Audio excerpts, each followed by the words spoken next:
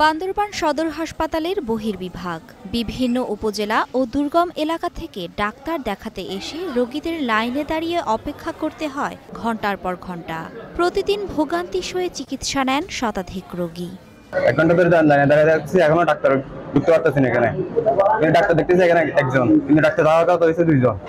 আবাসিক বিভাগে ১০০ শয্যা থাকলেও ভর্তি হয় কয়েক গুণ বেশি। জেলার সরকারি চিকিৎসার সবচেয়ে বড় এই হাসপাতালে দুর্ভোগের কারণ জনবল সংকট।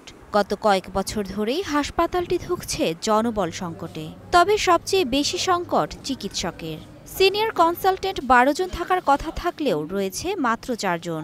জুনিয়র কনসালটেন্টের পদ ২৭ জনের, এখন কর্মরত মাত্র ৬ জন। ৫০ জন পদের বিপরীতে ১৪ জন মেডিকেল অফিসার রোগী দেখছেন। মেডিকেল টেকনোলজিস্ট, ফার্মাসিস্ট ও হেলথ এডুকেটর পদের অনেকগুলিই খালি। এমন চিকিৎসক সহ জনবল সংকট নিয়ে খুঁড়িয়ে চলছে সেবা কার্যক্রম। চিকিৎসা নিতে গিয়ে রোগী ও স্বজনদের পড়তে হচ্ছে নানা ভোগান্তিতে।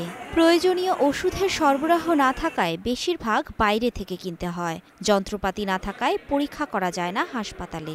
দুপুরের পর থেকে কোনো ডাক্তার নাই, কোনো ডাক্তার এসে দেখেও নাই। বেশ কয়েকজন ডাক্তার আছে এখানে, যে কয়জন আছে রোগীর সঙ্গে অনেক বেশি। যে পরিমাণ সেবা পাওয়ার কথা রোগীরা, জনগণ এ পরিমাণ সেবা পাচ্ছে না। এই সকাল থেকে আসি ডাক্তারের সংকট। এখানে ডাক্তার পর্যাপ্ত পরিমাণ, যে পরিমাণ ডাক্তার থাকবার কথা ওই পরিমাণ ডাক্তার নাই। ওষুধ ঠিকভাবে না ভাই, ঠিকভাবে সিলেক্ট করে দিব, তাই নারা কিনে নিতে পারি।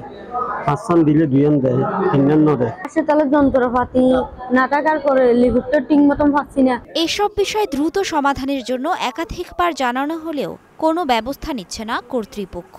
সংকটের কথা স্বীকার করে সর্বোচ্চ সেবা দেওয়ার আশ্বাস এ কর্মকর্তার। জনবল সংকট এটা আসলে আমাদের বান্দরবান পার্বত্য জেলায় একটা প্রকট সমস্যা। ঠিক আছে, এটা চিকিৎসক থেকে শুরু করে সাপোর্টিং স্টাফ সব কিছুতেই সমস্যা। ঠিক আছে, এখন আমরা এগুলা যেমন জনবলের বিষয়টা, যেমন সাপোর্টিং স্টাফদের বিষয়টা আমরা ইতিমধ্যেই জেলা পরিষদের মিটিংয়ে বিভিন্ন সময় চেয়ারম্যান স্যারের দৃষ্টি আকর্ষণ করেছি। পাহাড়ি এ জেলার দরিদ্রদের চিকিৎসা সেবায় দ্রুত জনবল নিশ্চিতের দাবি বান্দরবানবাসীর। Mithila Anjum, Star news.